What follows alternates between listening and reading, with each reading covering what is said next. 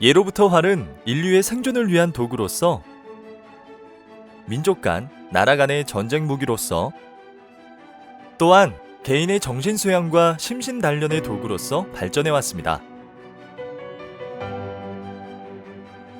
그 중에서도 우리나라의 활은 아주 독창적이고도 우수한 활로 인정받아 왔는데요. 근대 화약 무기에 밀려 무기로서의 역할이 상실되기 전까지 활은 우리나라에서 가장 중요한 무기로서 활용되었고, 선비들이 갖추어야 할 덕목 중 하나로서 전통이 이어져 내려왔습니다.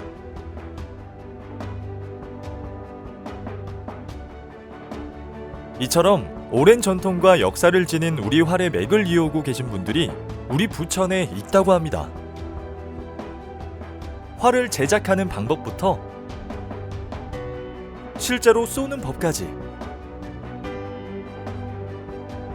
김은경, 사두 이호영 선생님께 배워보는 시간을 통해 우리 부천의 궁도 보존의 역사를 살펴보도록 합시다.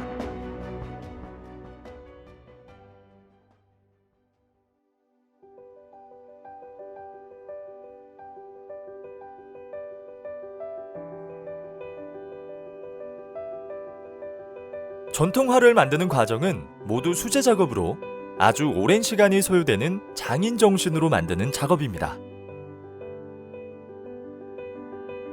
부천 성무점의 김은경 선생은 무형문화재 제41호인 궁장 김장환의 제자 김박영 선생의 아들로 2대째 부천 성무점에서 제궁기술의 맥을 이어나가고 계시는데요. 김은경 선생을 만나 활 제작 방법에 대한 더 자세한 이야기를 들어보겠습니다.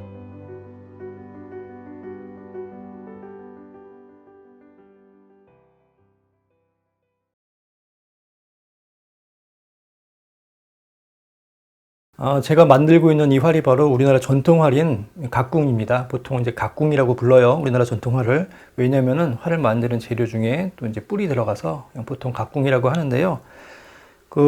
어느 나라나 다 활은 있잖아요. 근데 우리나라 이제 활의 특징을 좀 설명을 하면은 우리나라 활은 다른 나라 활하고 비교했을 때 굉장히 좀 작은 편이에요. 크기가. 일본 활이나 유럽의 활들에 비해서 거기 굉장히 큰 편에 속하거든요. 우리나라 활은 굉장히 좀 작은 편에 속하고요. 그리고 이제 한두 가지로 만드는 게 아니고, 여러 가지 재료를 섞어서 만들어요. 활에 필요한 좋은 재료들을 자연에서 이제 뽑아서 여러 가지 재료를 한데 섞어서 만들어요. 그래서 이런 활들을 복합궁이라고 합니다. 그래서 우리나라 활은 작지만 유연하면서도 강력한 힘을 발휘하는 그런 이제 훌륭한 활이죠. 방금 말씀드렸듯이 한두 가지 재료가 필요한 게 아니고요. 각궁은 보통 한 8가지 이상의 재료가 필요한데요. 우선 자연에서 얻을 수 있는 질기고 탄력이 좋은 나무들. 우선 가운데에 참나무가 들어가고요. 중간에는 대나무. 그리고 양쪽 끝에는 구지뽕나무를 연결하는 거죠. 그 다음에 바깥쪽에는 아주 탄성이 우수한 물속 뿔을 붙이고요. 안쪽에는 소심줄을 여러 겹을 붙여요. 또 이런 모든 재료들을 접착을 하려면 또 접착제가 필요하잖아요. 그래서 민어 불에를 끓인 어교를 사용해서 이런 모든 것들을 붙이고 연결합니다. 그리고 맨 나중에 자작나무 껍질로 이렇게 싸서 감싸서 마무리를 합니다. 흔히 각궁을 살아있는 활이라고도 하는데요. 이는 각궁의 특징을 잘 말해줍니다.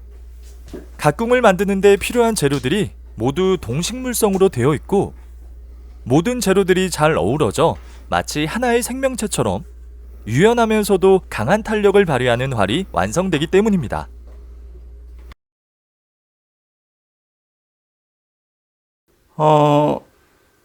생각보다 굉장히 좀 오래 걸려요. 왜냐면은 원재료부터 다듬고 휘고 또 붙이고 깎고 하는 과정을 통해서 만들어지는데, 보통 이제 여름철에는 이런 나무들을 이제 삶거나 구워서 휘어놓고요. 그 다음에 이제 가을, 이제 찬바람이 부는 가을이 되면은 이런 것들을 연결을 해요.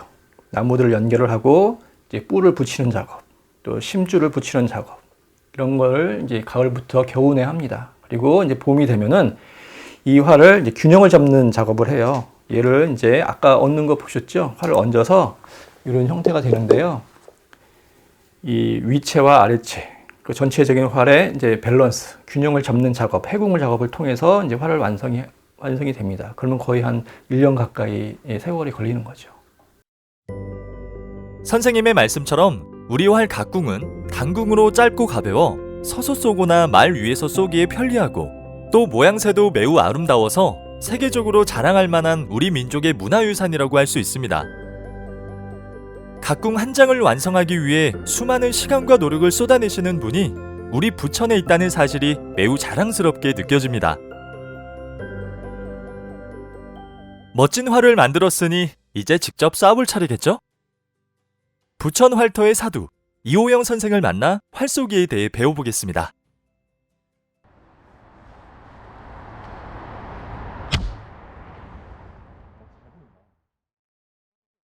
우리가 활을 쏜다 이렇게 얘기를 합니다. 활을 쏜다 그러는데 사실은 우리는 이 활터에서는 활을 쏜다 그러죠. 활 배웁니다라고 해야 됩니다. 이게 활터의 예절입니다.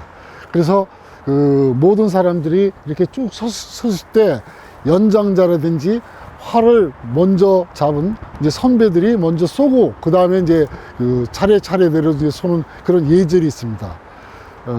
그래서 그러한 것들은 좀 여러분들이 좀 아시고 활터에는 왜냐하면 위험한 거를 다루기 때문에 이 상당히 규율이 좀 엄하다 하는 것들을 이렇습니다. 그리고 활을 쏠 때는 사대에 올라가서 쓸 때 활을 이렇게 마구잡이로 가지고 흔드는 사람들은 안 됩니다.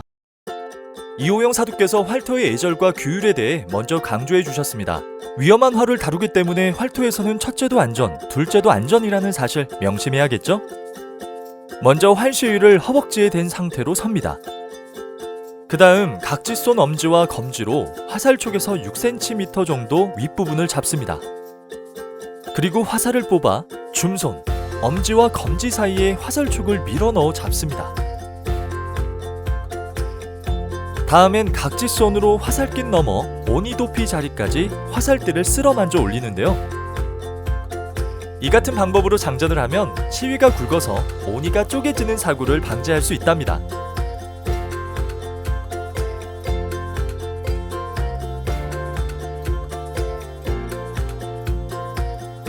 바르게 서서 각지손을 쥐어줍니다. 화살을 잡고 있던 검지는 원위치로 돌아가 엄지에 붙여주고 활의 아랫고자를 배꼽 아래에 붙입니다. 이때 활은 우측으로 15도 기울여 줌손을 오른눈과 동일선상에 위치시킵니다. 거궁 단계에선 손의 어깨와 팔에 힘을 풀어두고 팔꿈치가 기중기처럼 활과 줌팔을 들어올려 줌손이 이마 높이까지 올라오도록 합니다.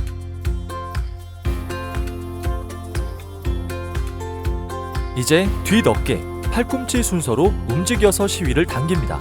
이때 각지손 팔 하박이 귀 위를 스치도록 높게 끌어 어깨까지 당겨줘야 합니다.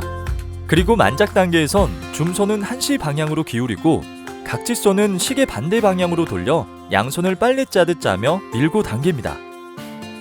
활을 쏘는 발시 단계에선 앞 어깨를 낮춰 틀기를 계속하여 끝까지 밀고 당기고 각지손 팔꿈치와 견갑골을 아래로 내리면 각지손은 화살대의 연장선상으로 뒤로 부려지며 저절로 발시됩니다.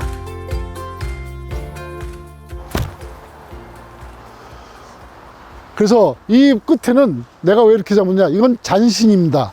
이 잔신은 발시 다음에 잔신은 몸에 남아있는 기운을 정리하는 기간입니다. 정리해서 이 거두기 해가지고 다시 이제 활을 제자리에 갖다가 위치하는 그게 하나의 그 연속 동작이 되겠습니다.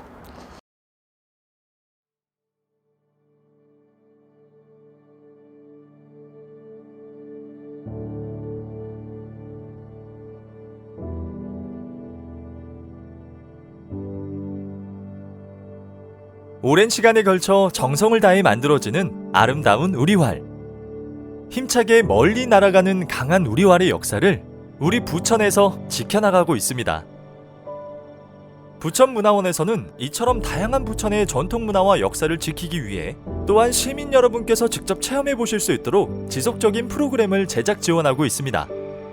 유튜브 나떼TV에서 부천문화원의 다양하고 재밌는 이야기 들려드릴게요. 그럼 또 만나요.